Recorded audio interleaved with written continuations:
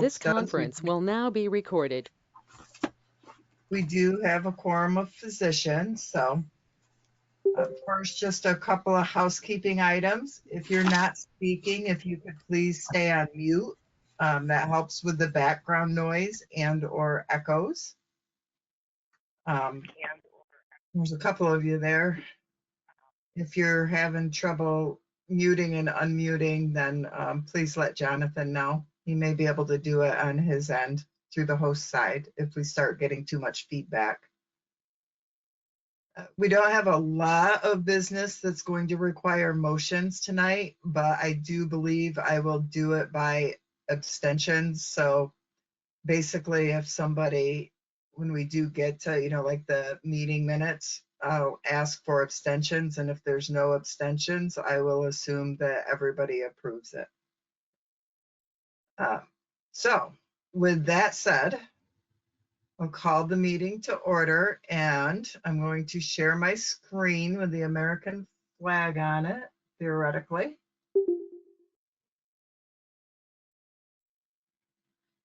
And if everybody can stand and lip sync the Pledge of Allegiance with me. I pledge allegiance to the flag of the United States of America and to the republic for which it stands, one nation, under God, with liberty and justice for all. Thank you.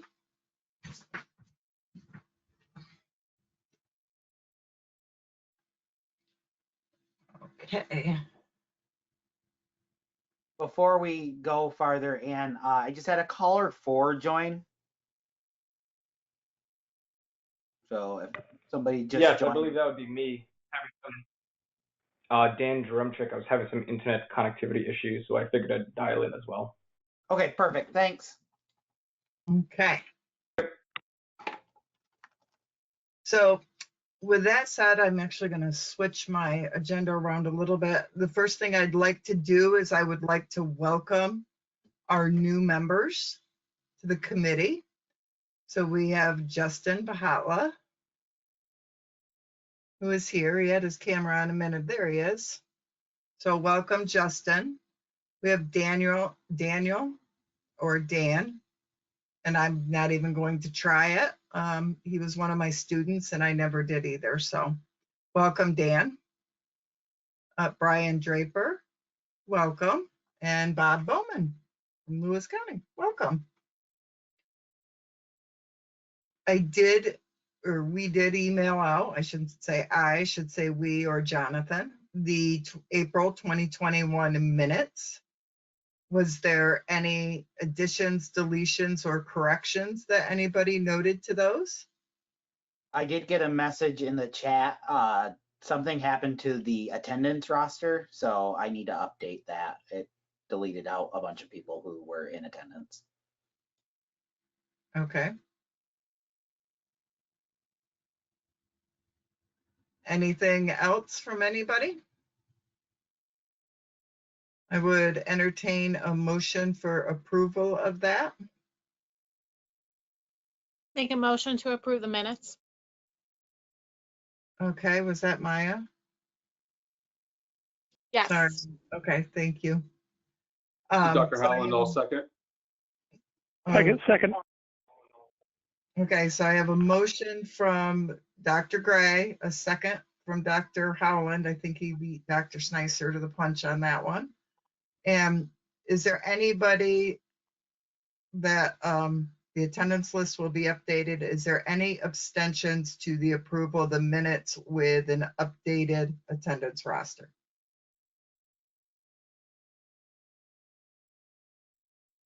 Hearing none, motion carries.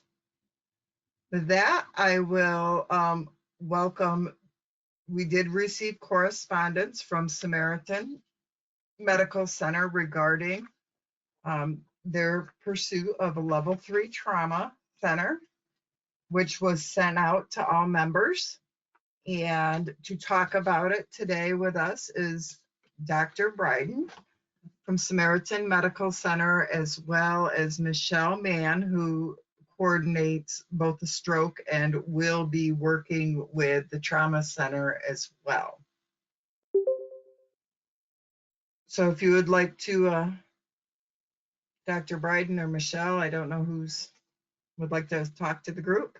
It's all yours. Go ahead, Michelle. Thank you. A few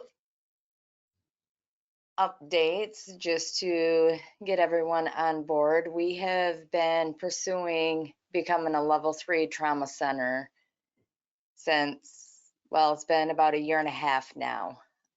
Due to the pandemic, like everything else in the world, it got pushed back once again.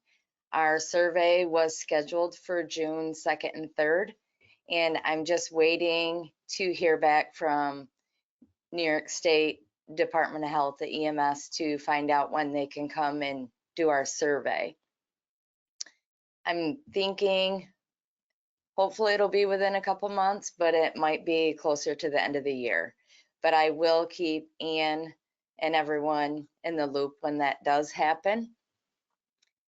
I did send out what we're using right now in our emergency department as our activation criteria, and that goes along with American College of Surgeons as well. Some of it, we've changed a few items on there, but the majority of it, it follows all the rest of the trauma centers across the board too. And other than that, I don't really know what else I can share with the group until we actually have our survey and we can go forward being a trauma center. Right now, we're just putting everything into place. We have our 4 general surgeons that are acting trauma surgeons that will be taking call for the trauma. And we have 24/7 OR capabilities. Anything else, Dan, you want to add? No, I think you pretty much covered it. Basically our capabilities aren't really changing from what we've been able to do in the past. By becoming a trauma center, it's more so going to be a lot of data collection and trying to keep track of all the data that keep track of everything that we can and try to make changes for the better for our patients. That's basically what it comes down to. If there's any problems with EMS, or if you have any questions for us, please feel free to reach out to Michelle or myself, and we'll do the best we can to keep you informed as well. And hopefully we can work together and make this a good, successful system. And as I start with the data, I will do the same thing I do with our stroke patients, and I'll have feedback to pass along to Ann that she can disseminate to the group, if that's been helpful at all.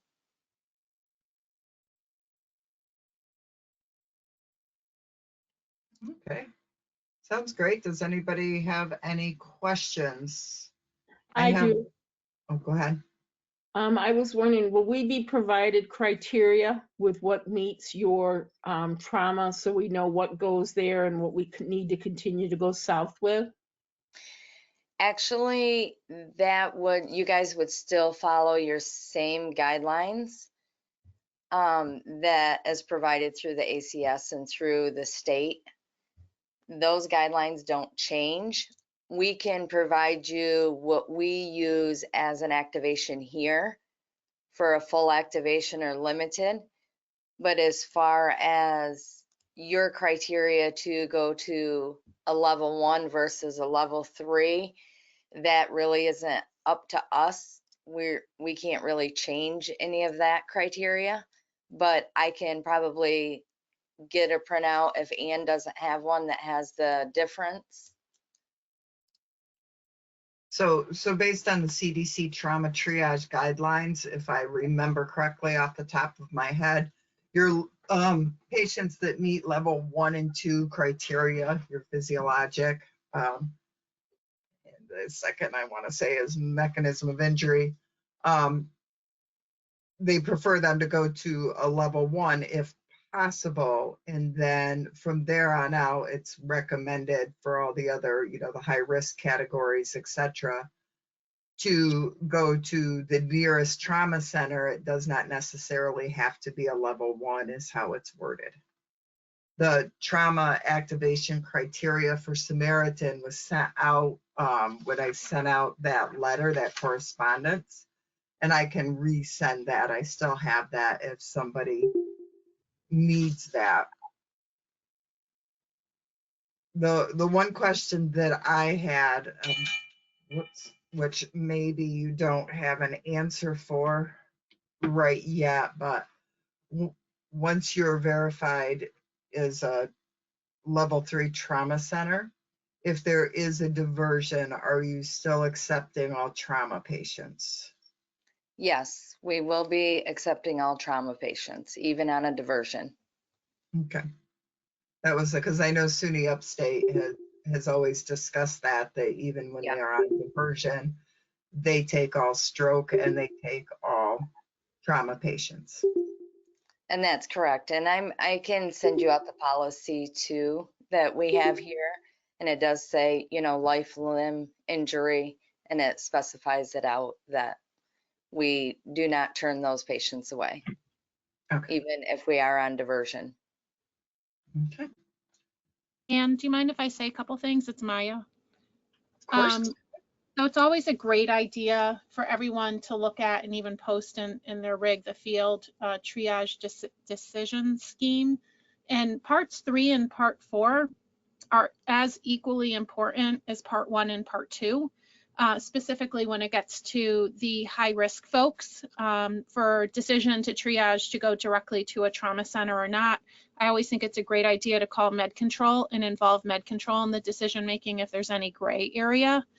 I think from a trauma perspective, what would be really helpful for those folks who transport to Samaritan is to look at the forms, the criteria that Michelle and Dr. Bryden will be giving to the crews.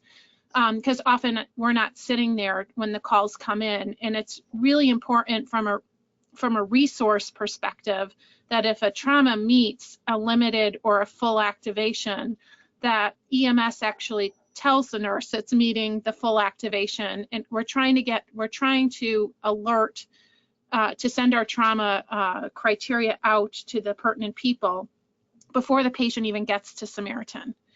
And so that involves change in multiple different parties, and that would be super helpful to us.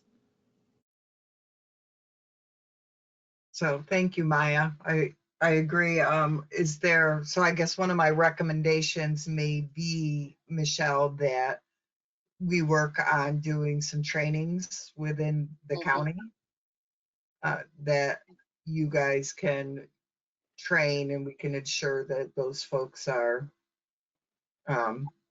getting that information that you want to get out there. We can help facilitate, possibly maybe some limited in person, but we definitely can do virtual as well. Yep, we can definitely do that. So, any other questions for Samaritan? I think outreach is important, especially with the change in the system. I know that, and Dr. Coates may want to add into this. I know that when Canton Potsdam Hospital became a level 3, that was extremely important to change, kind of the system and how we were used to always going to the local hospital.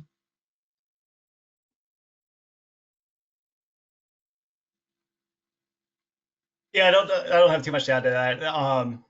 It was a process. It took a while to kind of get everybody on board, but it seems to be working out well now. Mm-hmm.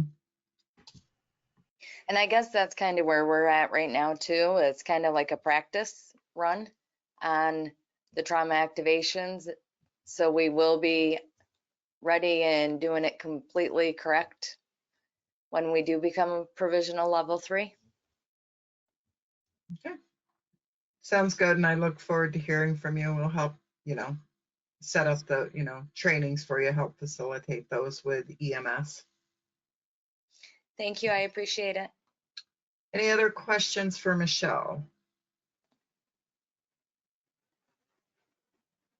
Or Dr. Bryden? Okay. Thank you guys for attending, and you're welcome to stay on. Thank you for Thank you. having us.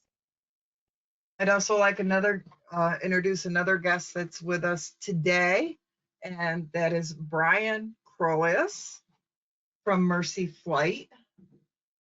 So I did not have aeromedical on the agenda for REMAC, but Brian, do you have anything aeromedical wise to report? I just got a quick report here. Matt Yelton asked me to stand in tonight in his place. He's off teaching a ground school. Just a couple of quick things from us. Our next webinar is August 16th, 6 p.m. via Zoom.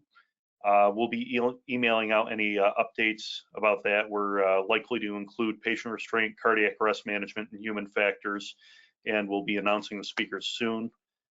Next item is our call volume is on the rise. Scene trauma has been on the uptick. Volume holds still approximately 60-40 with a split favoring our interfacility transports, but we anticipate a shift back to a higher scene call volume since COVID restrictions are lifting, returning back to kind of a normal baseline of what we've had previously. The last thing we have is we are restoring our ride-along program. PR events, ground schools, and base tours are coming back. We are taking into consideration the group sizing and vaccination status when it comes to that. As we come through summer, we're planning to keep pace with CDC and New York State guidelines, and we're going to be doing in-person and hybrid education events as well. And that's all I have for the quick rundown from Mercy Flight. Thank you. Any questions from Brian, Mercy Flight? And I don't see anybody from LifeNet on. Okay. So moving on to other correspondence. I have quite a list here of stuff that have come in. So Mercy Flight aeromedical reports were sent out April 23rd. I think they came in right after our last meeting. That was the last data that I had received. New York State policy statements that we've received as correspondence are policy statement 2102, which regards the prevention and control of Ebola. There's a lot of PPE guidance in there that agencies should be keeping up on. 21-03, which is second interim guidance document for EMS course sponsors. These are posted on the Bureau of EMS website. We have sent them out and shared them with folks as well. And the last one is 2104, which is submission of electronic PCRs. One of the bigger changes in there, which doesn't affect us now, because was the submission of paper PCRs by transporting and ALSFR agencies. And the other, which is a little bit of a change, is that PCR should be done within 4 hours of the call, at least 90% of them. They do understand that there are times when you'll have back-to-back calls, but it is extremely important for continuity of patient care to have the PCR completed as soon as possible. And for those who are utilizing the image trend direct entry system, even if you have a partial PCR in there and have to go out, there are some that there is information that they could get to if they need it, especially for your critical patients. So there were multiple community paramedicine approvals that we received. We received them for everyone across the state. Here in the North Country is South Jefferson Rescue, Governor Rescue, Thousand Islands, Emergency Rescue Service Indian River, and Carthage.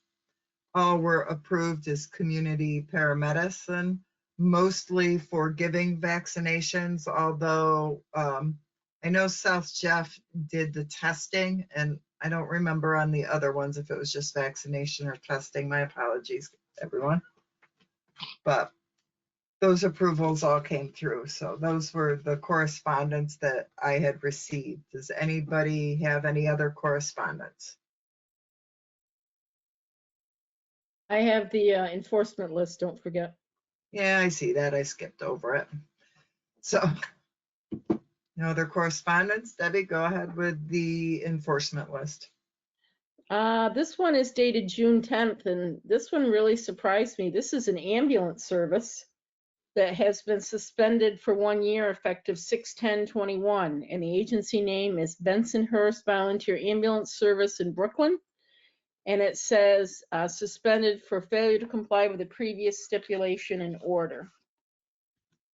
So they have been suspended. June 3rd, Manishka Atkinson from Rosedale, New York, revoked effective 6/3 for violations of 800.16A5 and 800.16A7. Robert Lukens surrendered for revocation upon consent effective 6/1 for violation 800.16A7, and he's located in Socrates, New York. June 3rd, suspended for 1 year effective 6/1. The suspension is stayed.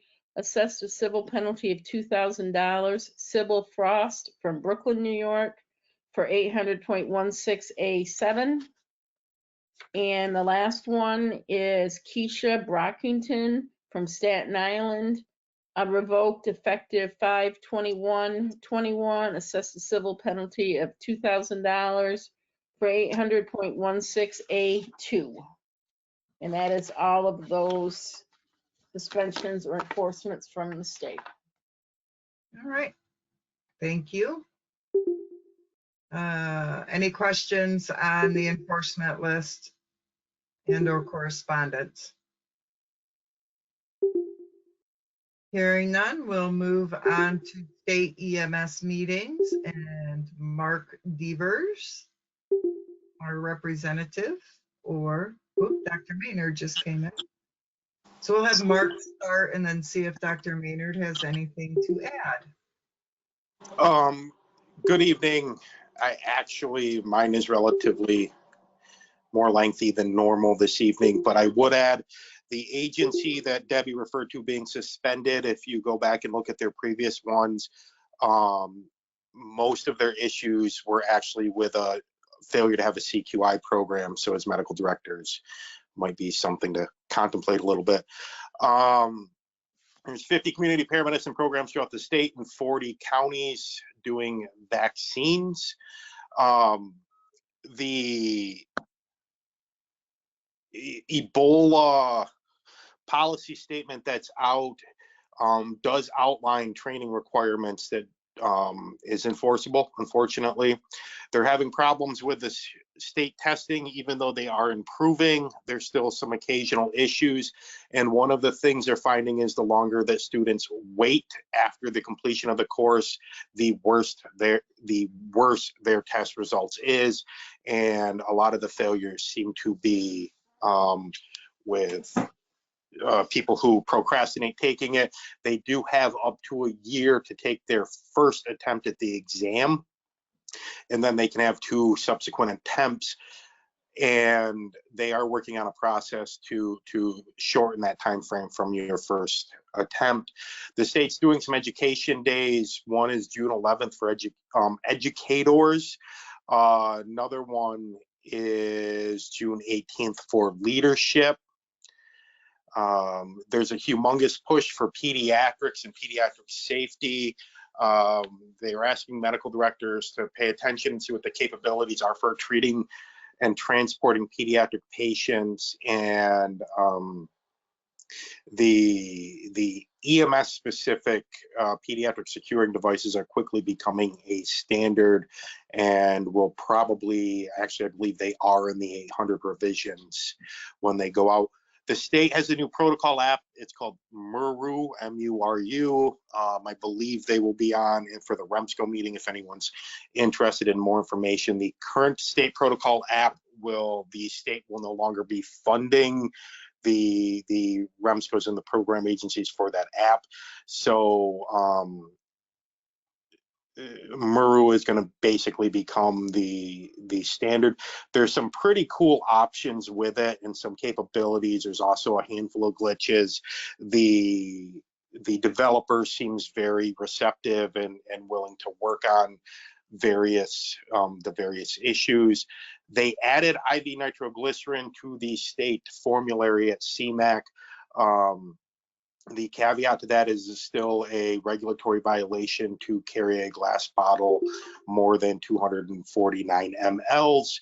So nobody can carry IV nitroglycerin as far as stocking it in an ambulance, but it has been added to the formulary pending the Part 800 changes. The state is working on disaster protocols. They're talking about a handful of different protocols that the regions and the regional medical directors can turn on as needed for various options, similar to how the treatment in place protocol was activated, only it would be much more regionally specific. So if there was some form of a natural or other disaster in an area, the regional medical director could activate that protocol for a set amount of time, so that the entire CMAC doesn't have to get together and make decisions. They're still waiting on the commissioner to approve the iGel pilot that Ann has more information on. And there was a lengthy conversation on where to transport Ebola patients. They kicked it back to a committee. This really seemed to be more geared towards hospital to hospital transports. They were not pushing that potential Ebola patients, at least from what I took of it, that potential of Ebola patients be transported directly to an Ebola center, and how they were going to get there. In the past, those patients were actually, the state held some contracts for ambulance services to transport them.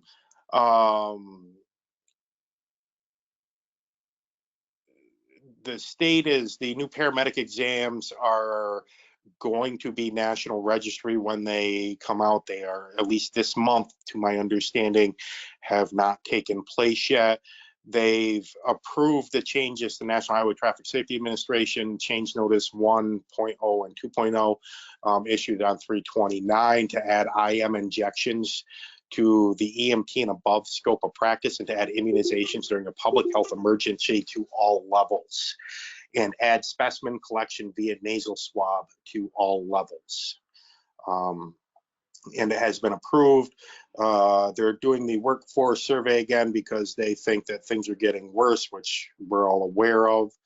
There's going to be a bunch of safety initiatives coming out or being worked on at the state. What they're going to look like over the next year, so nobody knows, but they will be overhauling the emergency vehicle operator policy statement, which we'll see what that looks like at the end. ET3 regulation is up and running, and anything administered or any ET3 work done prior to May 5th can go retro through May of 2022 and collect on it. In quality metrics, they finished up the quality metric stuff and added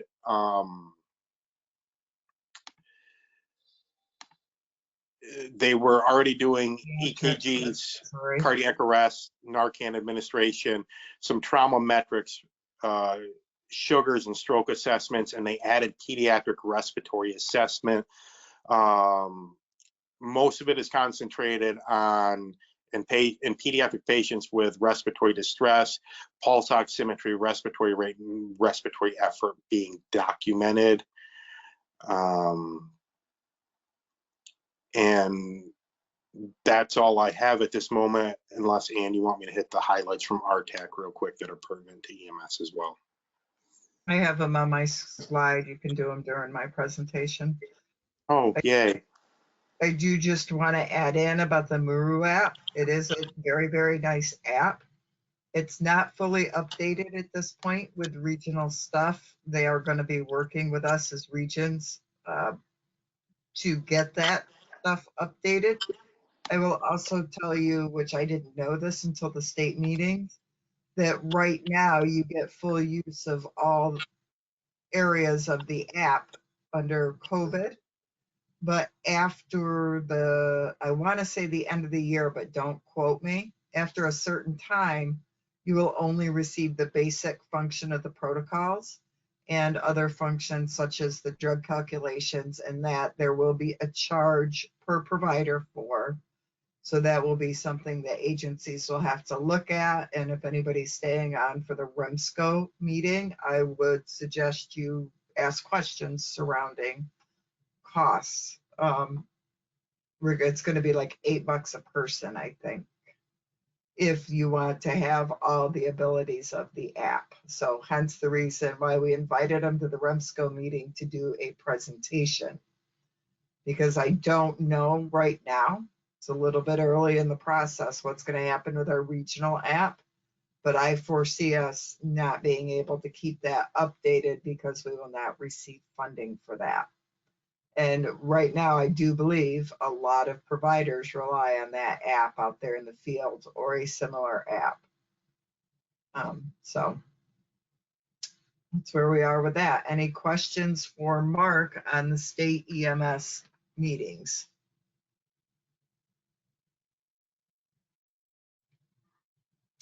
Hearing none. Mark, you want to talk about the RSI testing status? At this moment, we're still waiting on some more dates from Dr. Delaney or Dr. Maynard to continue with some testing. The only other thing I have that's RSI related and I got on Friday was a curriculum from Guilfoyle.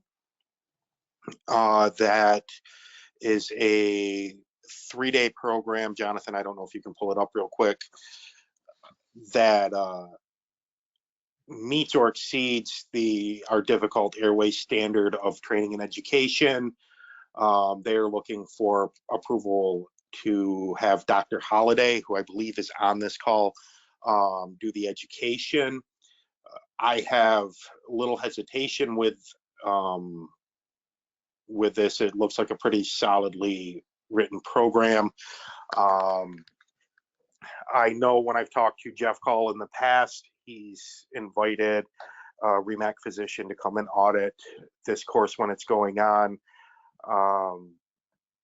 I guess the only kind of side note that I would really be looking to add to this is that we make sure that either Dr. Holliday or designee or a CIC are present when the education is going on for the sake of some level of credentialing. But I don't know if you guys as a whole want just Dr. Delaney to make the decision or if the REMAC wants to vote on this. But here's the outline. And again, it does march back to the difficult airway curriculum completely. And then actually from a time standpoint, exceeds it a little bit.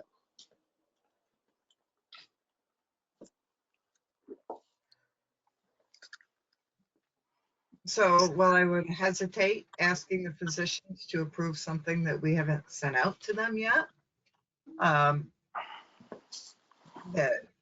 as you said, it would be up to them if they want us to send it out to the physicians to get approval that way.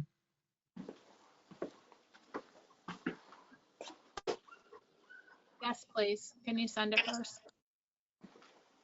Okay. Does anybody else have any input on that? You can stop sharing, Jonathan.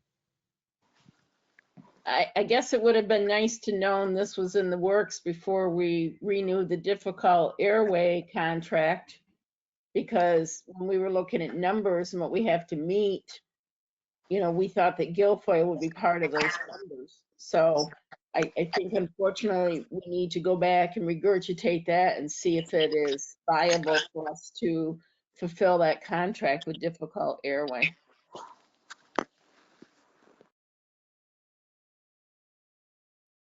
I'm just learning the curriculum is there myself. From Guilfoyle, I was not aware of that.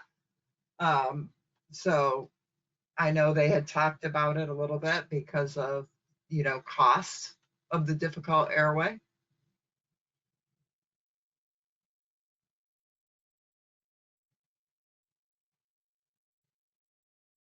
But I believe we could still meet the numbers, because it's so much more. It's not just a RSI class. I mean, all providers should be doing it.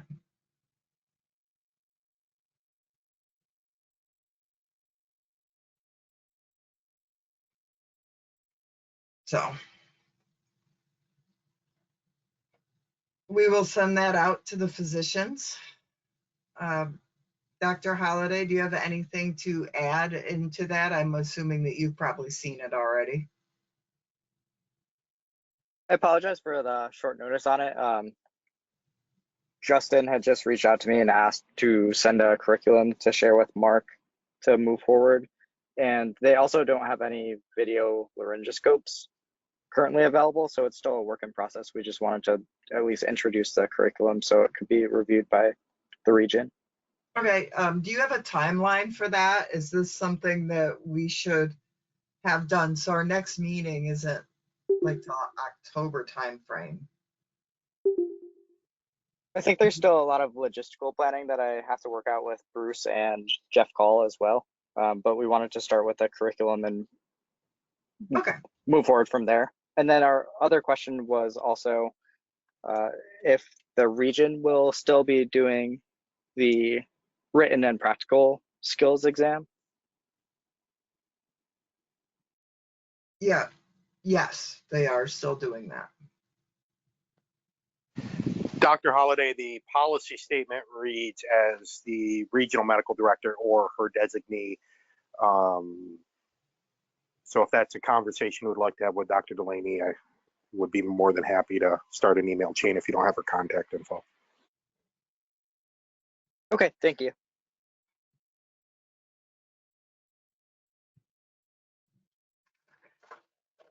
So I will get that sent out to all the physicians. Anything else on RSI? Okay, before moving forward, my apologies, Dr. Maynard. Dr. Maynard was at the state EMS meetings. Do you have anything to add in?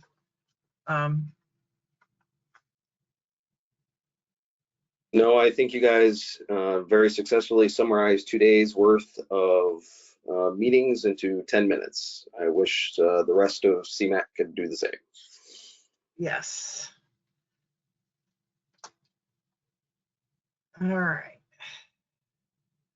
So there was actually a lot of discussion, like even over the protocols, which I think I have on the agenda down farther. I'll talk about then. Actually, it's next on the agenda, so I'll talk about it. The protocols that we presented, oh my goodness, was it 2 meetings ago, I think? The hemorrhagic one that had TXA in it and all the other changes. As far as we are aware, they are still awaiting approval by the commissioner. And that is the same as the iGel project. They actually kind of forgot where they were at with that. And after long discussions, they finally realized that they had approved it and it is sitting awaiting commissioner approval.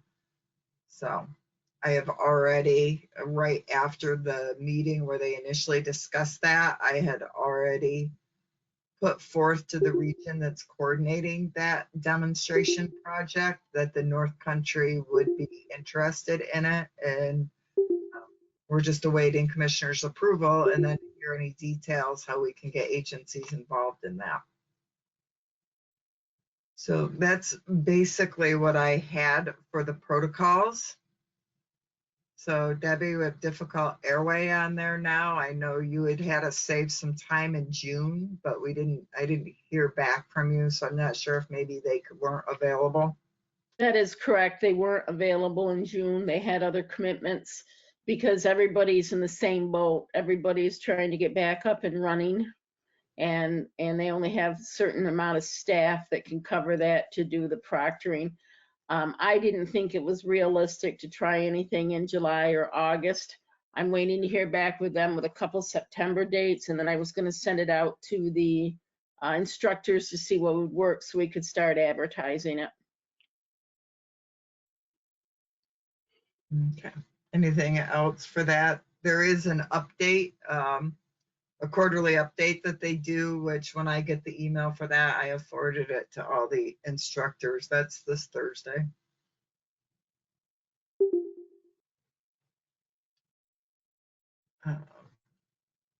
Sorry, I should write myself a note.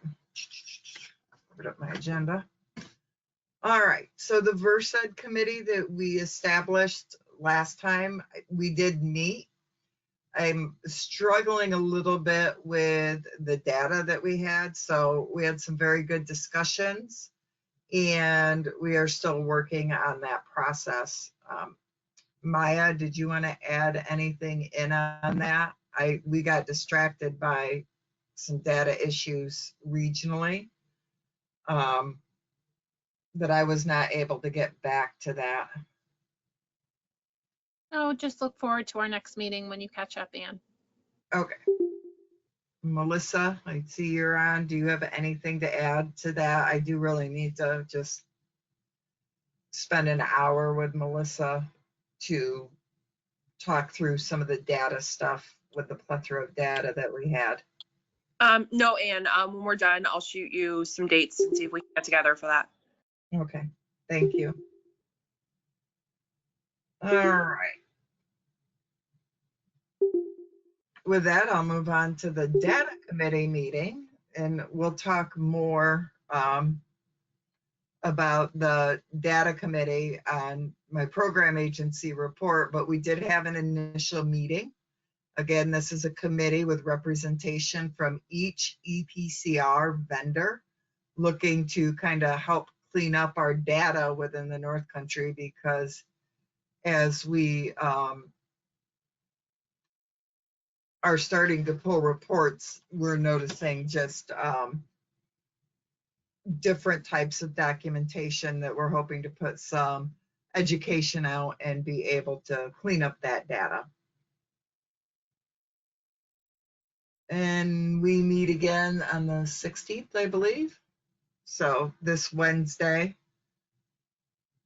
Any questions on the committees or the protocols or difficult airway? We're gonna have a quick meeting tonight if I can get through the next couple. All right, so next will be the program agency report. Just a minute, I'm pulling up my report here. Oh, I said do that. Share my screen.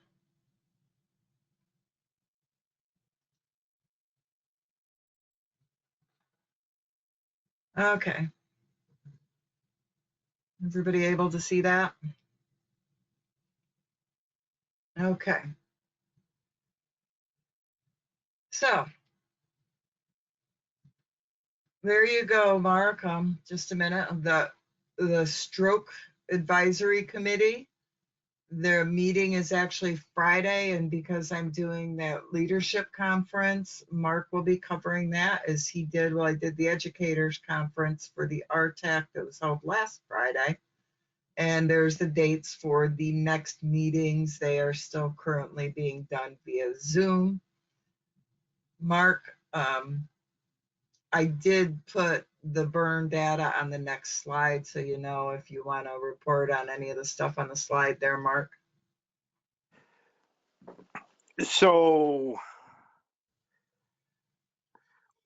a few kind of EMS pertinent things that they talked about at RTAC. One of them is scene times, especially with penetrating trauma, but with uninterrupted trauma, in general, they pulled some central New York times, and the numbers were, quote, staggering.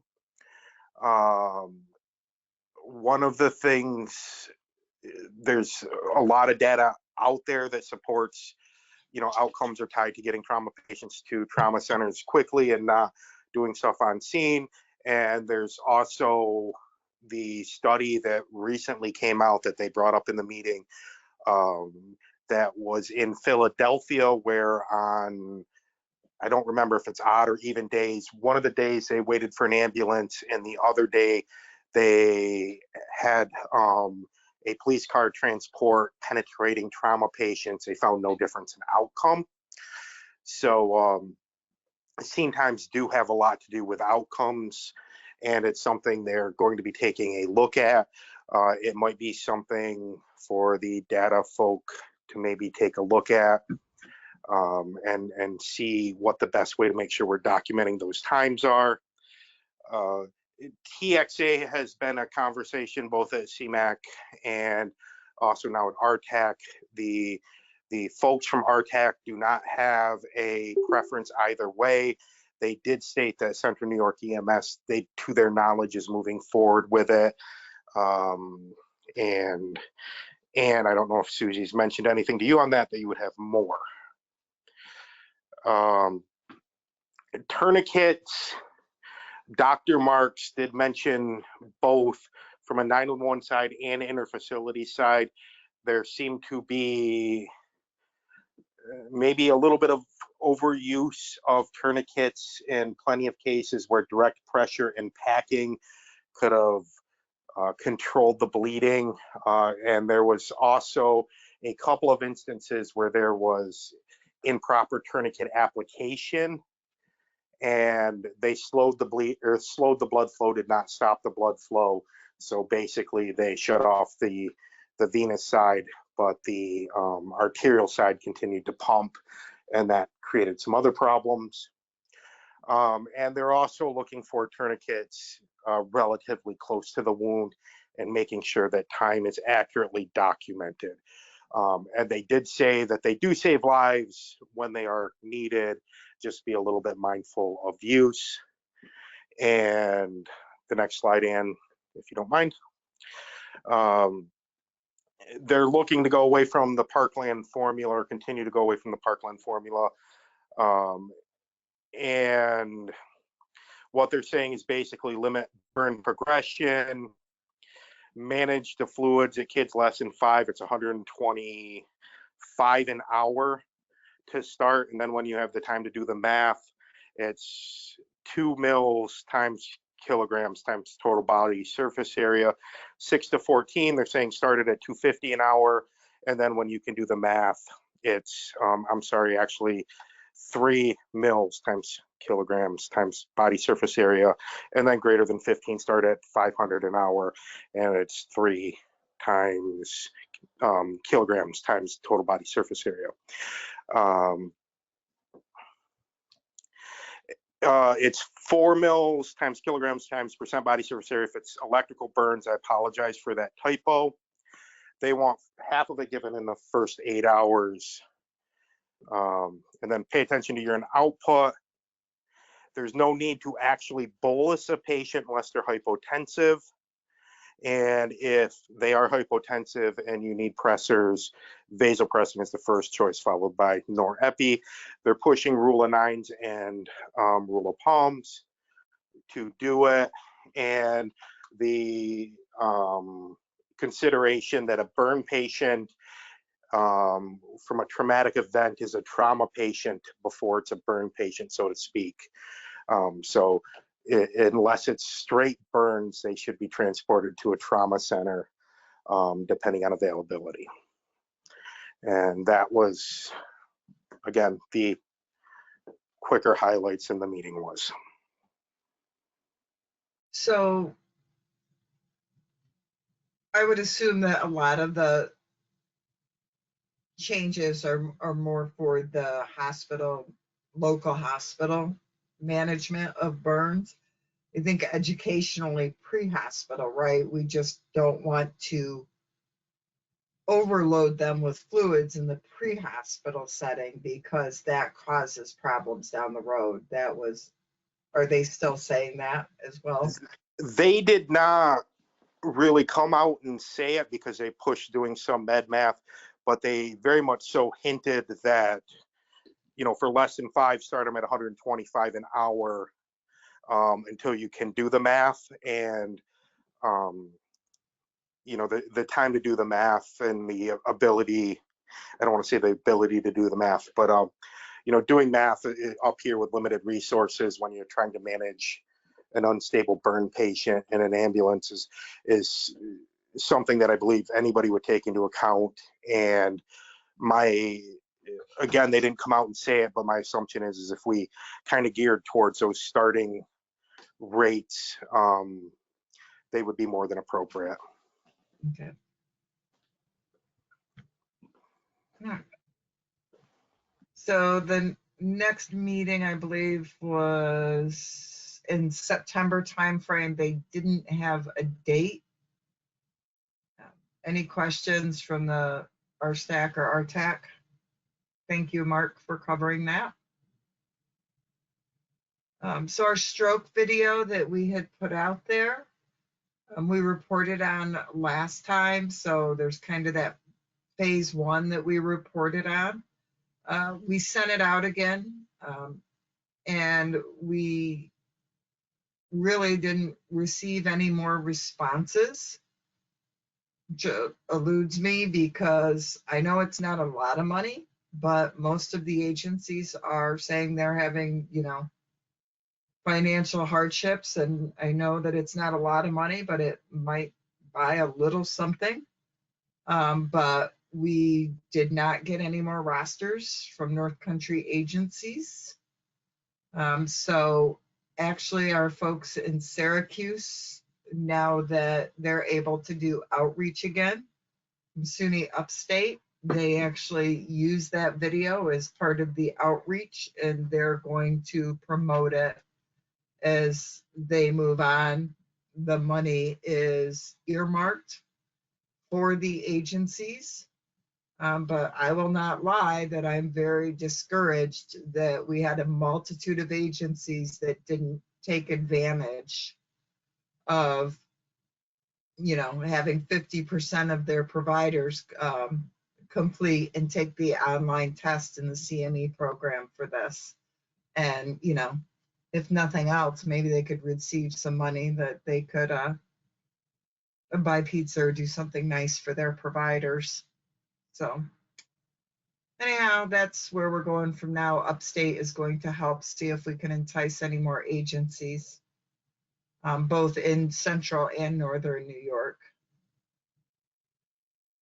So we did have our Upstate Stroke Quality Group. There's the dates listed for the next meetings. There was some North Country representatives added to the group who were in attendance.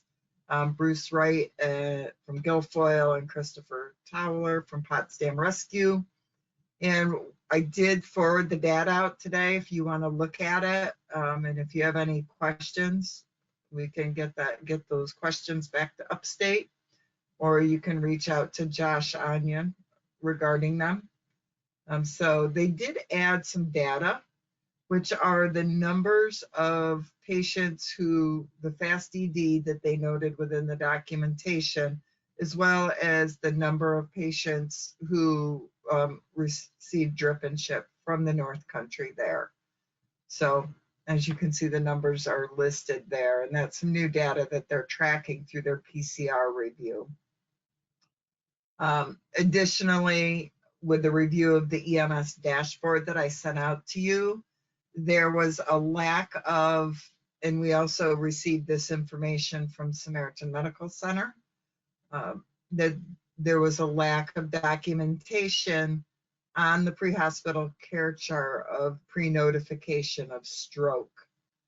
So I know that the image trend gives you an area where you document pre-notification, and I'm pretty sure most of the other electronic vendors do. So at the agency level, that's a educational point for documentation, as well as that's something that we can work on with our data committee education.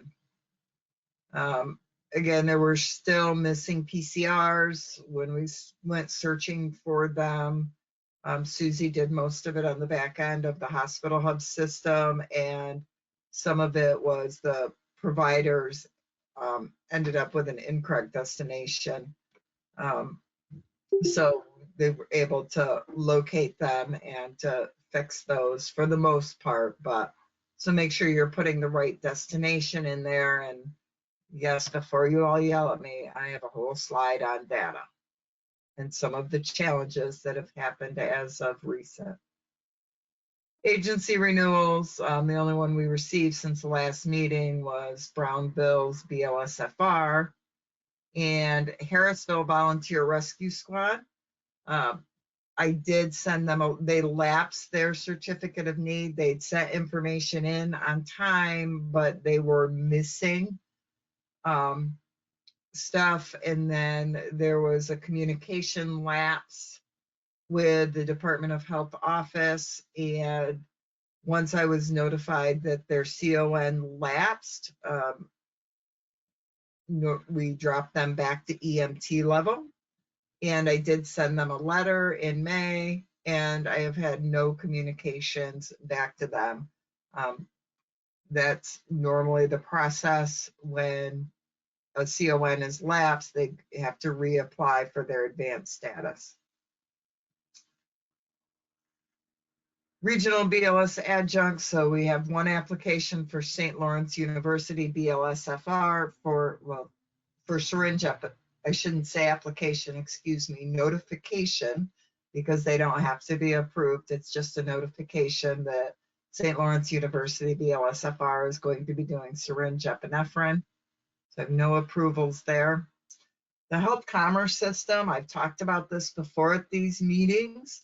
This is extremely important for agencies to get involved in and start utilizing. One of the things that the state has discussed is they've had many forged cards. So agencies who are verifying providers should verify, not just get a copy of their card, they should go into the HCS and make sure that they are logged in, or that they are valid in the HCS system. And just a reminder that agencies should also ensure providers are in our regional CME database, especially with new students taking their tests now and getting their results so soon. There is a new EMT card coming out. It is going to look vastly different. It will make it through the wash one time, they're saying. And it's going to have a bar or a scanned barcode on, not barcode. Oh, what do you call those things that you can just scan? I'm blank right now. QR. Huh? QR code. There you go. QR code. Thank you. I went blank there for a minute. And they're talking that even the providers may have to verify their cards through the HCS system after they receive them. It'll be interesting to see once they come out. We have been for the past year trying to get agencies with representatives into the HCS system. But I've also, for the same amount of time, been trying to get the 7 current agencies listed under our HCS system who are not in there. One is a long-standing agency that I don't even know why they're not in there. And the others are agencies who have changed, have a new, they're mostly BLSFRs. But we also have 17 agencies who have not responded to get a representative in the HCS system, despite multiple emails from our office, 3 letters mailed to them via the US Postal Service. And again, those are mostly BLSFRs. But I'd also like to remind agencies that as administration or providers change that are in lead roles, that's going to be something they're going to need to update. If anybody remembers back to the Ebola time, this is when the HCS started. But it is quite a handy tool for verification of EMS providers. So if agencies have new providers who take their test via the remote proctoring, they won't get that automatic certificate, saying that they can start practicing as you do if you go on site and test. But they will see it before a provider ever gets a card in the mail on the HCS system, their valid card, and they will be able to start their orientation process. So the health commerce system is going to be the wave of the future, and I have a feeling for more than just that correspondence with the state. Electronic PCR. I am proud to say that the North Country is now 100% electronic for all transporting agencies and ALS first responders. So yay, we made that happen, and that is a huge thank you to the REMAC for putting that, moving towards that 3 years ago. So goal achieved. So there's the last couple of agencies that went live. With that said, we're now turning our focus onto the BLSFRs, as the state, as you know, said they have to be electronic to stay in the New York State Continuing Medical Education Program. There's a list of agencies that we've either got up and running already on Image Trend, or they are working, and Image Trend is the state's free system. Again, they can use whatever system they want, but why not use the free one for the BLSFRs? So we have quite a bit of work there to do. I'm not going to lie if I said I think that they may be changing how BLSFRs are managed as far as certified. They're looking at those policy statements, so we're watching that closely.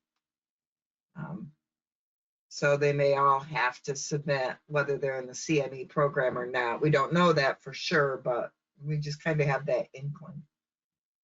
So this has been our life since the last week in May, and it has consumed almost all of mine and Jonathan's time. They updated the schematron, which is the back end of that EPCR system. Actually, it was supposed to happen June 1st, but some of the things happened sooner than that. They didn't even realize they had gone live, so it started causing issues before June 1st. But since then, there's been 4 schematron updates trying to fix those issues. And it's really frustrated a lot of our volunteer agencies, as well as I do know, those are the ones we heard from.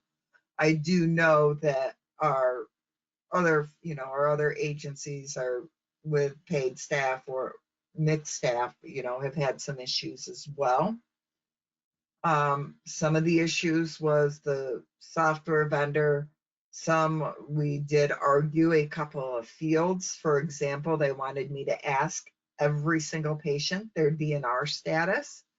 And that's just, you can't ask an unresponsive patient in the field whether they have a DNR or not. Yes, you can ask the family if they have it, but they needed to have a negative value there, so a not reporting. We finally got that accepted and fixed. The crews, there were problems with how drivers were documented. There were problems on the back end with how things mapped. And this little hiccup that was reported was really much greater than a little hiccup. And we've spent hours and hours and hours trying to fix the data stuff. So I think things have calmed down a little bit, and I think things are flowing a little bit better, but in the process, we noted a lot of agencies whose data was not going through. So the one thing I can say for agencies is it's extremely important for to have somebody who's paying attention to their data and whether it's exporting or not to the state. And I can add to that a little bit. It seems like now the only vendor that's really having any issues is ESO. I know they're working on it. They just seem to be a little slower to fix things than what IPCR or Image Trend, RAM-AIM, or EMS charts have been. So we are still waiting for the state data dictionary. That would be very helpful for our data committee, and for us to help troubleshoot these, but there's a whole long story there. Any more to add, Jonathan? No, just thanks for everyone for being a little patient, as it's taken me a little longer to get some things out to people when they request them. This has just taken up much more of my time and Ann's time than I think we really ever thought it would. Absolutely. All right. So CME skills sessions, just a reminder, we've had a year off from doing skills, but they are due June 30th. When the agency CME manager goes in, they should clean up their rosters and remove inactive people and make sure people are added in the system. If they're no longer, they can either notify our office by putting it in there and we'll see they're no longer with the agency and remove them, or they can just notify us and we'll take care of that. We have BLS, that's for ALS agencies.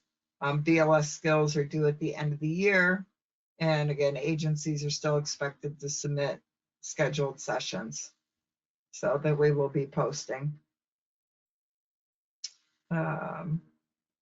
Training, we completed the 2021 EMS Leadership Conference successfully over those different dates. It was a virtual series. And those were our partners that I reported at our last meeting that we worked with to make that possible, along with E5 Support Services and Lee Burns. So EM Resource, we are waiting to see what's going on with that. My understanding is the state has signed a contract with Javari, who also does the EM Resource program. So we've reached out to them to see what this means for our contract, but Jefferson County hospitals are using this pretty well. We haven't seen much activity from Lewis County, and St. Lawrence County is hit and miss on the hospital side, but the agencies that are using this, they do like that. And it's when there's hospitals going, on diversion, or they're starting to fill up a little bit, this has been very helpful. So just some miscellaneous things. Our survey results were sent to the drug purchasing committee on those issues. And the next step with that committee is formulation of the questions to discuss with hospital pharmacies and then meeting with the hospitals. I spoke with Josh Levesque, who's the chair of that committee today. He planned on being here tonight to report on that and ended up on a transport. So he may make the REMSCO, I'm not sure. Clarkson University was approved as a core sponsor at the BLS level, and then they can apply for advanced levels after 1 year. Again, another thank you to Jefferson County for sponsoring courses in St. Lawrence County. Clarkson should be up and going for the fall. Some miscellaneous things. I think Mark's talked about all those, but those are some state items that are happening. The EMS Memorial I talked about at the last meeting. It's good to have representation there. And then the Vital Signs Conference, 11th through the 14th. Stuff, their brochure should be coming out soon. Whew. Any questions for the program agency?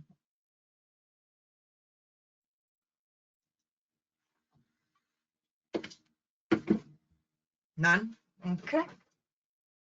So spring fling, Debbie. So we had an executive committee meeting of the Remsco last month to discuss spring fling. And with the increased cost in food and things like that, we are going to make the recommendation to the Remsco tonight that we do not have the spring fling in October like we were discussing, and that we just try to plan to get one together for next April. The things keep changing, the prices are going up. Janine just sent me while we were in this meeting a new contract, and the food prices are almost $2 more a person. And, you know, we've always tried to keep the price very small so that we could encourage folks to come. So I think our best bet will be to postpone it and try to get back on target with next April. So that will be the recommendation to the Remsco tonight. We talked about perhaps doing some training in each county. If these new protocols get released, that we could maybe do some county specific training for people to go and get that. So if we ever find out that these new protocols are approved, that will probably be the direction that we propose that we go. Okay, thank you. All right, so that's all I had for the program agency report. New business. Does anybody have any other new business before I hit the item on the agenda?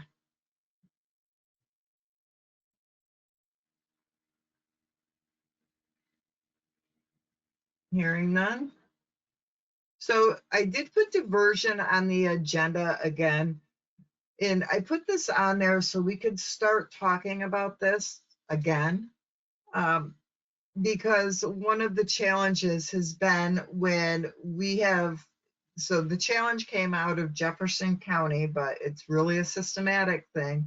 When 2 of the 3 hospitals are on diversion, and our providers are getting caught in the middle, they do call medical control for advice, and they send them to another facility, and they are heading to that facility, and that facility says we're on diversion. They send them back to the other facility.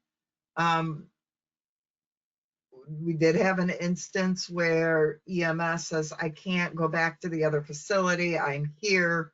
And they took the patient in. It was an abdominal pain patient with stable vital signs at the time. And thank God they did that and did not go to a farther destination, because it ended up being an ectopic pregnancy. And the patient was in surgery within an hour of dropping her off. And again, it's unlike some of our neighboring areas where you have 3 hospitals that are all within the same block. They are quite a distance apart. And so not only does it stress our system from an availability of ambulance, you know, but also the distance that these patients are having to be transported. So I did reach out to Paul and I talked to him regarding this as well.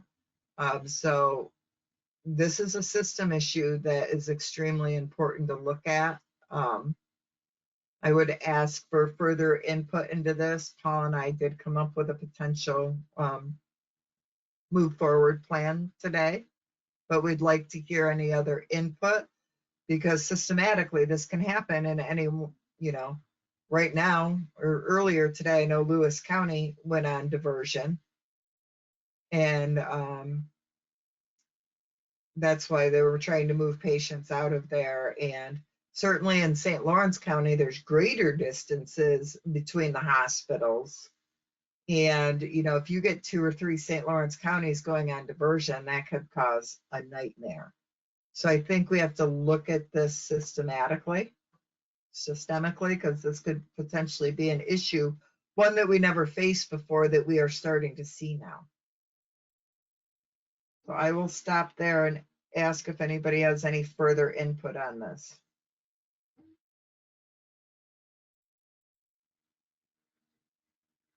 Did I lose Paul? Hey, Ann. Yep, Chris. So when EM Resource first started, hospitals have options of going green, yellow, or red. It seems like all we have is green and red. Maybe it would be very helpful when they start to see that they're getting busy, or things are, their waiting room is piling up. Is there any conversation we can have to encourage them to go yellow? There are some agencies that it's not too much further down the road to go to an alternate hospital. And if they see that one facility is starting to get a little overloaded, they're going yellow, maybe they can kind of help take the load off a little bit. I don't see why we certainly can't have those discussions with the hospitals. And can I add some thoughts real quick? Absolutely. From a regulatory standpoint, the state has historically taken the opinion that a diversion is a request. And that has been their stance since the issues arose in the late 90s in the Syracuse area hospitals. And there's a big difference between diversion and internal disaster. When you run into the problem of diversion, the question is the liability amongst a whole lot of other issues that can arise from it. And I would really, if diversion is something we're going to see more and more of, this committee really should work towards putting out clearly defined guidance, including some liability caveats into any guidance, and some notification requirements for the hospitals. I know I routinely transport to Jefferson County hospitals and have not heard any noise of any hospital being on diversion. And, it does put a strain on the system when I drive an hour and get told to turn around or go somewhere else. So, but from a liability standpoint, especially provider liability, it's got to be looked at very closely from this committee with clear guidance.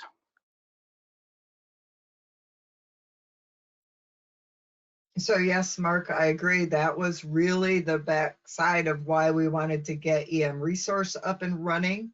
But ambulance agencies need to utilize it as much as the hospitals. And I will give kudos to the Jefferson County hospitals, because they have been using the EMS or the EM Resource system.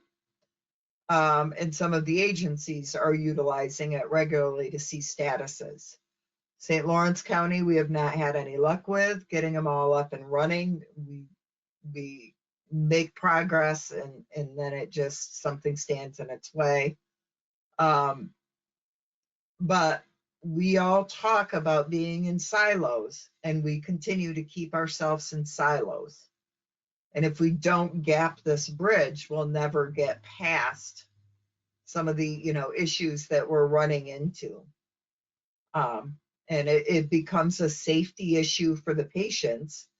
I mean, granted, I can tell every EMS provider diversion is a request. You can still go to that hospital, but is that necessarily what's best for the patient or safest for the patient? The hospitals need to, work on their, the hospitals are truly the ones that need to figure out the solution of their movement of patients.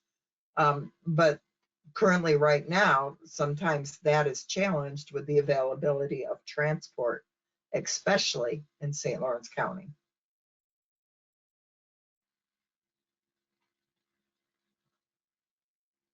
So, Ann, this is Matt. I've got a couple thoughts.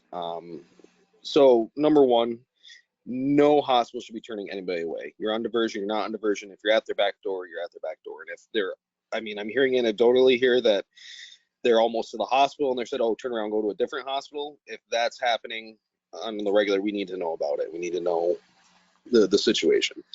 Two, I think the only fair and equitable way to handle this would be, we need to have some kind of a system for a round robin approach. If all three hospitals in Jefferson County are on diversion, well, then we need to come up with some system where it's, I don't know if it's coordinated by central dispatch or who, but where they help designate who goes where. In a fair and equitable manner. Matt, that has happened. Central New York actually used to anyway have a program where when all the hospitals were on diversion, you got told what hospital you're going to. And it actually worked very well to alleviate the stress for some of the hospitals could get caught up.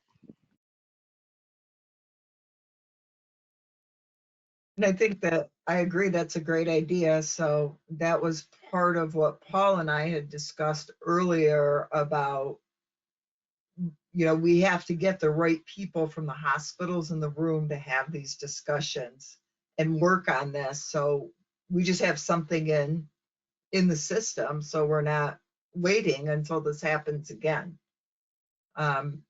When they told me that we had all that many hospitals on diversion at once, you know, that's new to our area. That's not something we had to deal with. I mean, we've dealt with increasing diversions, but never having them all at the same time. But again, just like an MCI, if you move all the patients to one facility, you're just moving the MCI. You know, if you start moving all the patients from one facility to the next, logically that one is going to quickly fill up and not be able to handle the increased, super increased load. You know, again, we don't have the resources that other areas have, so we may have to be more creative. You know, it's not 2 blocks, it's 20 miles, especially in, you know, in St. Lawrence County. But I would venture to say, how far apart is Samaritan and Carthage and River? They're probably a good 15, no, they may be 20. You know, my Carthage folks, Brian may be able to tell me better that mileage.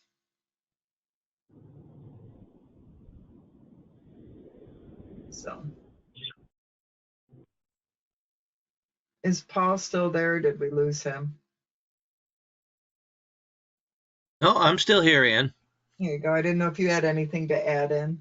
The only thing, you've already alluded to it, I think we need to set up a little ad hoc committee so we can sit down and hash some of this out, because, you know, to be told by the receiving facility that they don't have a service and then just hang up on the provider, that's an issue. Because you leave our providers at risk, like Mark said. There's a tremendous amount of liability, and we can't have that for our providers. So I think getting together, and it also include maybe somebody from the 911 center, maybe Neil, can, you know, come up with a plan to help resolve the problem or to deal with it when it's upon us.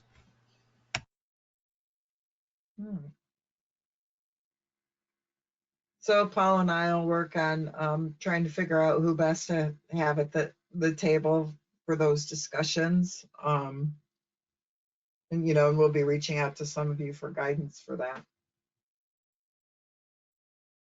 Anything further?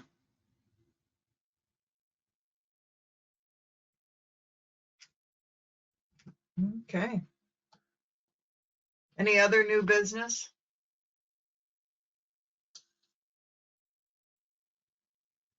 All right, our next meeting will be October 14th. Unless something else comes up before that. And if there's no other new business, I'd entertain a motion to adjourn. Dr. Coates, was that a motion to adjourn I saw? Yep. Do I have a second to that?